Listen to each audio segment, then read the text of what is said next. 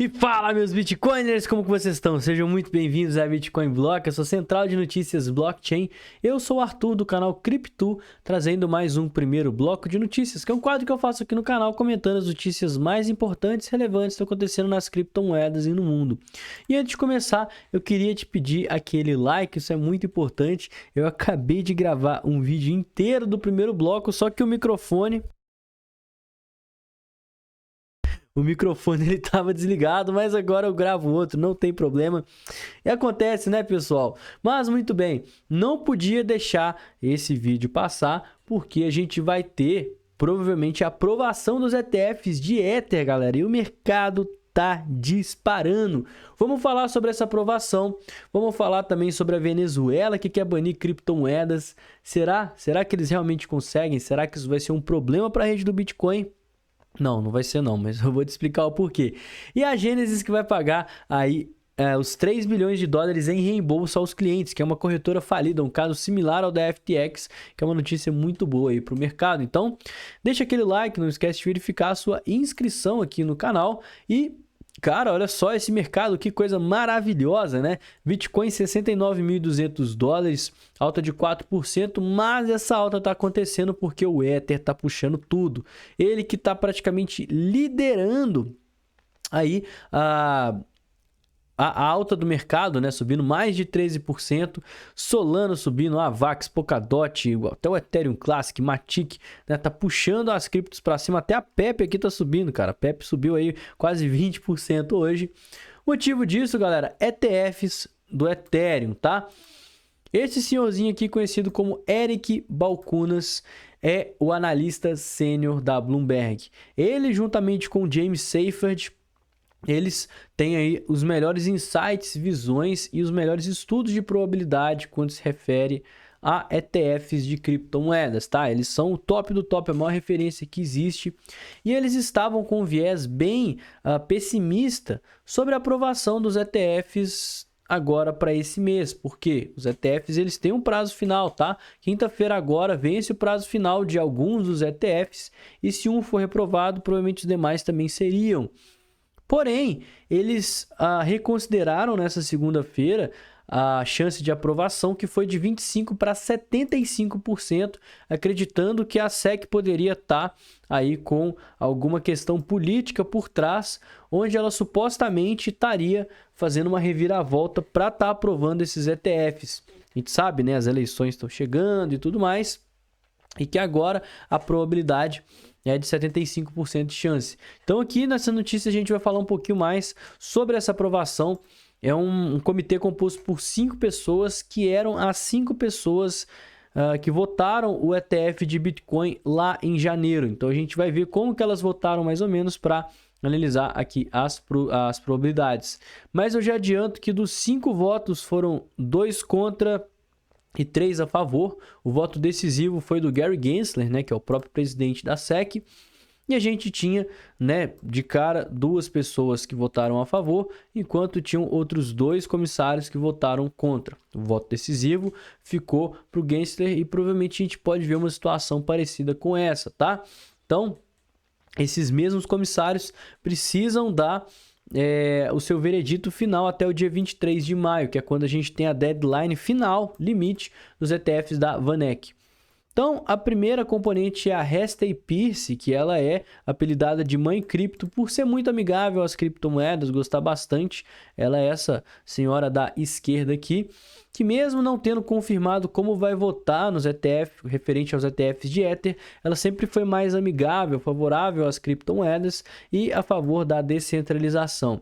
A Caroline Crenshaw, ela já é contra, sempre foi radicalmente forte contra as criptomoedas e muito firme na sua decisão em votar contra o ETF de Bitcoin lá em janeiro. Então pode ser que a opinião dela tenha se mantido, não tem nenhuma evidência de que ela mudou de opinião desde então.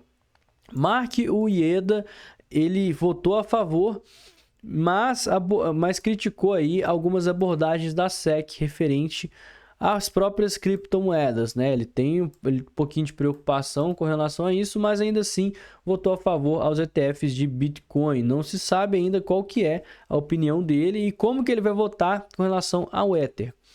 E por último, o Jaime Lizarga, que ele votou contra, ele sempre foi contra os ETFs, né? As criptomoedas, ele acredita que a maior parte das criptomoedas ela viola as leis de valores imobiliários dos Estados Unidos, inclusive a Ethereum, né, vem sofrendo processo referente a isso. Ele foi contra o ETF de Bitcoin lá em janeiro e não falou nada referente aos ETFs de Ether. E por último a gente tem ele, o presidente, né, o cara mais importante, Gary Gensler, que provavelmente vai ser a pessoa que vai ter a palavra final e a decisão nas mãos dele, que foi quem liberou os ETFs de Bitcoin e pode estar fazendo o mesmo com os ETFs de Ether. Ele teve, né, quando foi com o Bitcoin, teve um viés muito mais político do que econômico e uma pressão muito grande. A gente teve até a página oficial da SEC sendo hackeada na época, né? E ele acabou votando a favor dos ETFs de Bitcoin. Ele não falou nada a respeito, apenas que a SEC estava revisando no dia 7 de maio como que ia fazer com os ETFs, mas não confirmou nada, né? E a gente tem uma diferença muito grande que fez justamente os gestores, os analistas ficarem pessimistas, né? Que é o fato dele não estar muito engajado, comentando, pedindo para reformular as coisas, né? Similar ao que aconteceu no Bitcoin. E esse silêncio da SEC fez com que eles vissem aí uma chance de pelo menos 25% de aprovação. E essa chance acabou virando, né? Agora a gente tem uma chance de 75%. Segundo os analistas, e a gente vai ter um veredito final de fato, né, nessa quinta-feira, dia 23/5, que é quando a gente tem o prazo final da VanEck.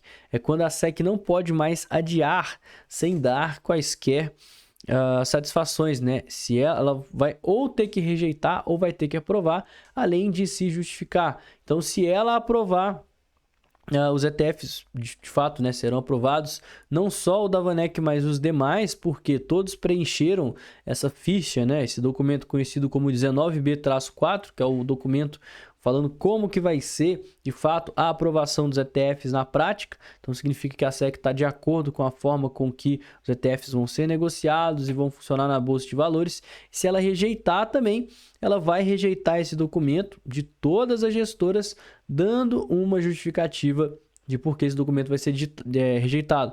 Então, elas vão ter que abrir outros pedidos, né? As que ainda têm uma deadline final, elas vão poder mudar a sua ficha também, né? Então, elas provavelmente vão manter as deadlines finais, mas vai ter uma reviravolta muito grande, né? E antes da gente continuar com as notícias, é muito importante falar que, cara, para de querer achar que você tem bola de cristal. Muita gente já começa, porque agora os ETFs vão ser aprovados, eu vou comprar Ethereum que ele vai subir, ou então não vai ser aprovado, eu vou vender tudo que eu tenho e vou comprar mais embaixo.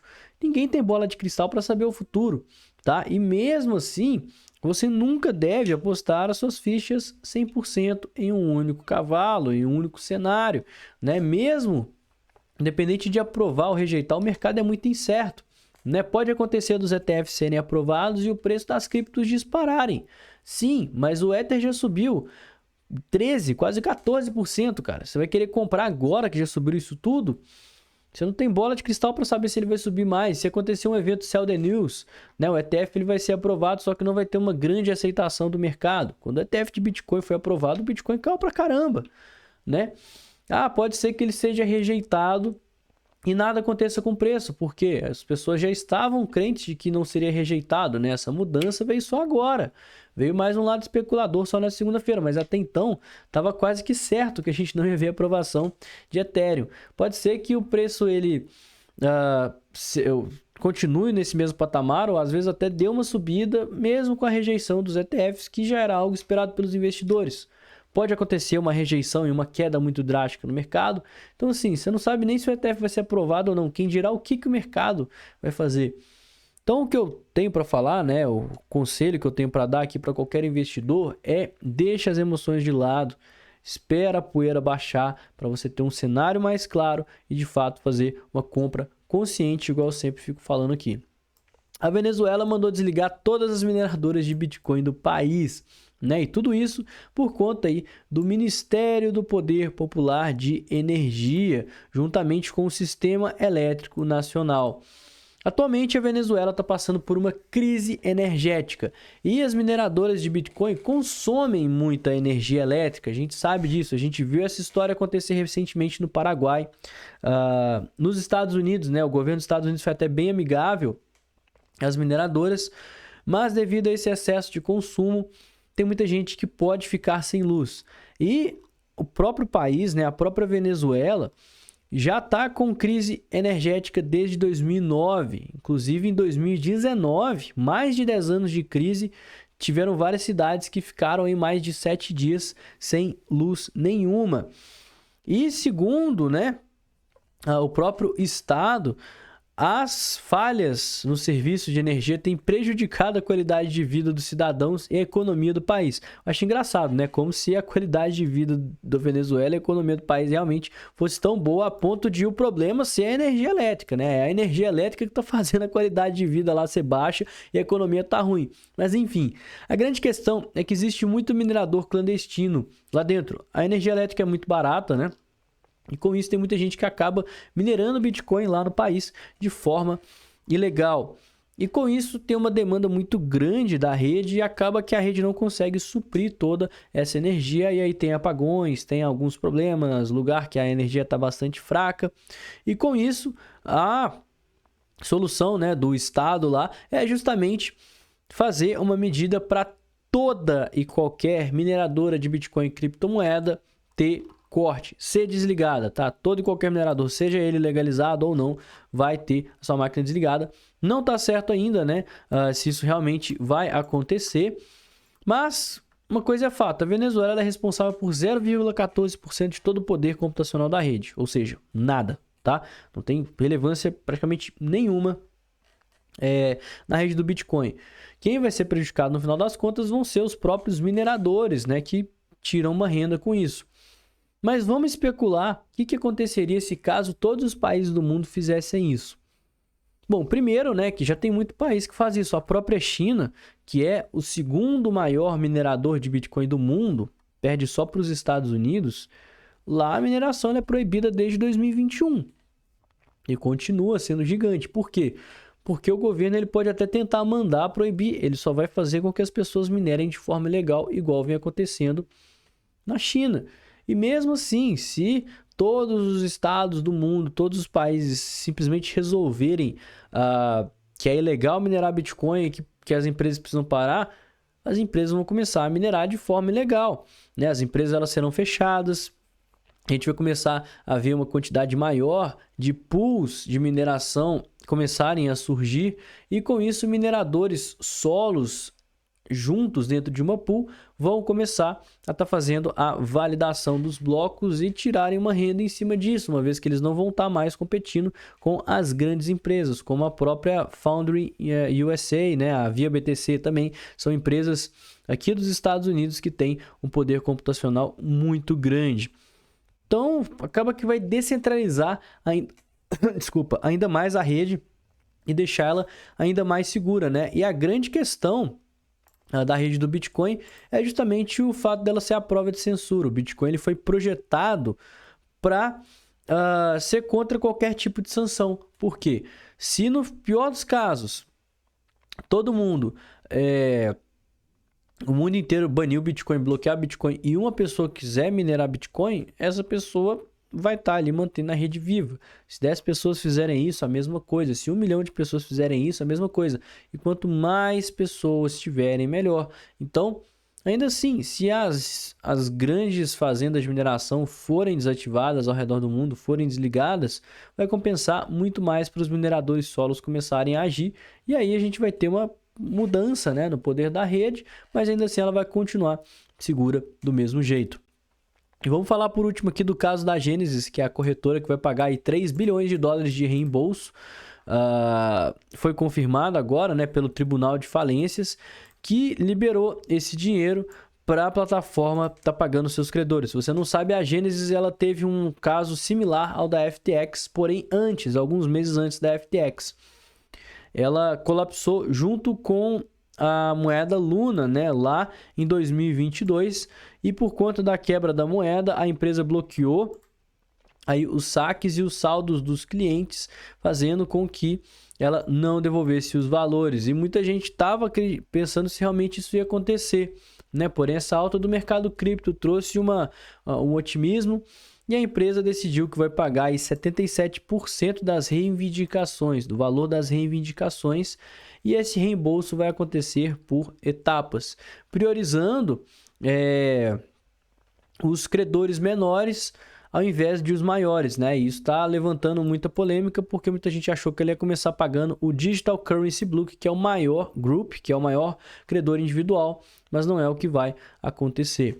Então, esses reembolsos eles vão acontecer com base na cotação lá de 2023 e aos poucos. Então, assim, vai ser um reembolso que...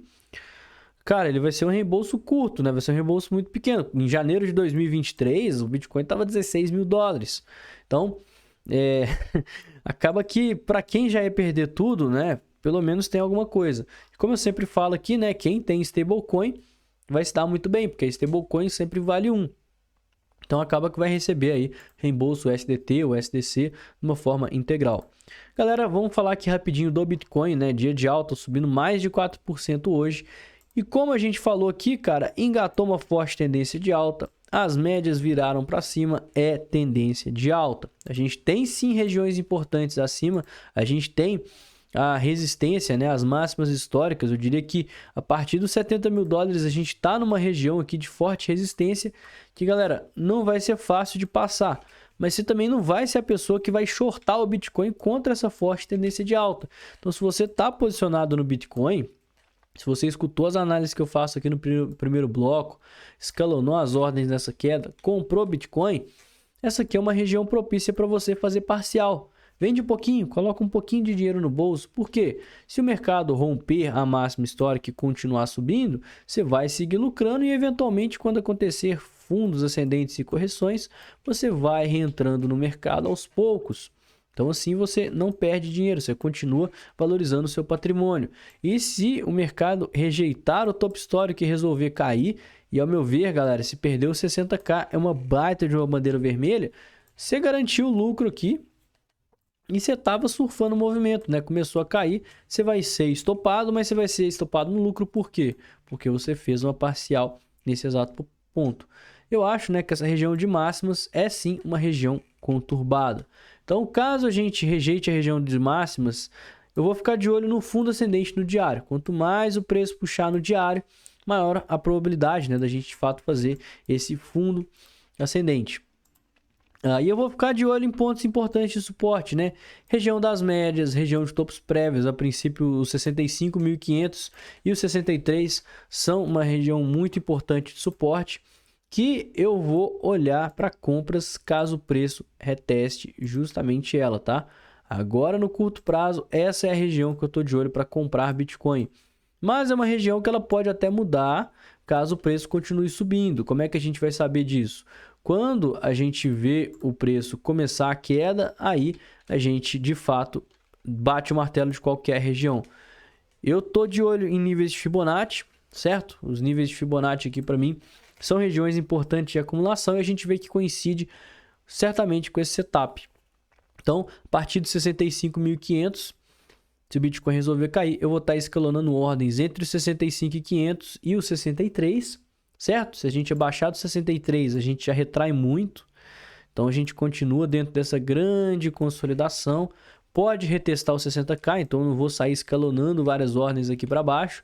E se a gente retestar os 60k, aí eu fico de olho para ver se a gente rompe ou se a gente faz uma compra e vê uma retomada do mercado continuando dentro dessa consolidação, certo? Pessoal, o vídeo de hoje foi esse, eu espero que você tenha gostado. Se você não me conhece e não conhece o canal, se inscreve, deixa aquele like, segue a gente nas redes sociais. Eu vou ficando por aqui. Tenha um excelente dia e uma ótima semana. Valeu, galera. Falou!